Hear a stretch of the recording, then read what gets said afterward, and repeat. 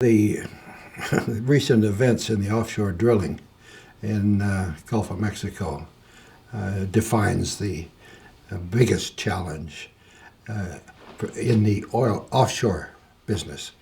Now, that well that blew out was in 1,000 feet of water, and the well itself was another 3,000 feet below that.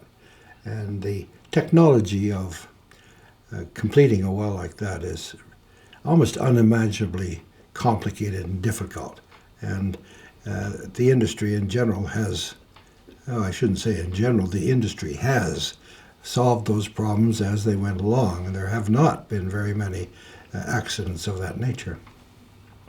The biggest challenge now is to convince the public and the government, or the public through the government as well, to that work can be done with a contingency plan. In other words, assume there's going to be an accident and be ready for it, and make sure there's no damage after an accident. Now, the emphasis in the past has been preventing an accident, and that's good. But you can't stop there. You have to go one step farther and make sure that if an accident happens, you've got the ability to protect the environment. Now, I was speaking mainly of offshore drilling, but the trend is going in that direction. A well offshore, for instance, the one we're talking about in the Gulf of Mexico, the production from that one well is equivalent to the production of hundreds of wells in Alberta, with a few exceptions. There are some very prolific wells. But most of the wells that are being drilled today, and we can expect in the future, have very low production by those standards. So in Alberta, the emphasis has to be on preservation of the environment, and there's wonderful work being done on that. And communication with the communities, because the communities, the population of Alberta is growing, and the use of farmland and using pipelines and drilling and so on, it can be very in conflict. Alberta is an unusual situation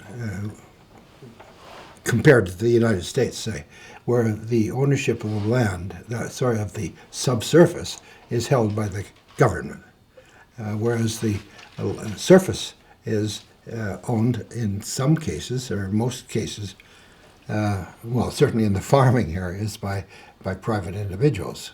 Now, in northern Alberta, the government basically owns top and bottom in the undeveloped areas. The vast area of the Peace River and northern areas.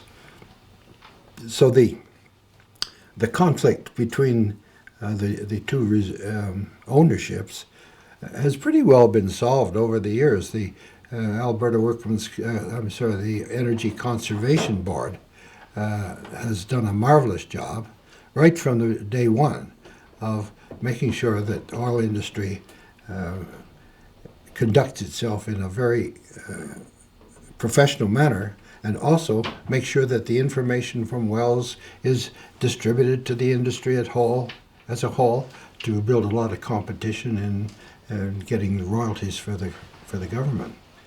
So I don't see a big conflict as a big problem in Alberta, other than environmental damage. And the companies, in my opinion, are doing a very good job at making sure they don't cause those kind of problems. In the Northwest Territories, there are bigger concerns, because there the people live off the land, whereas people go to the grocery store here. And still people in the North, for several reasons, traditional and also cost, live off the land, and there has to be great care taken that you don't deprive people from their livelihood, their basic livelihood.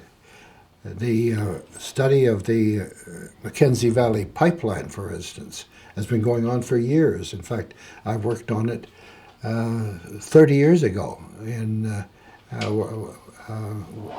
working on the design of it, and the expectation it was going to be delivering gas in a few years. Well, it still isn't.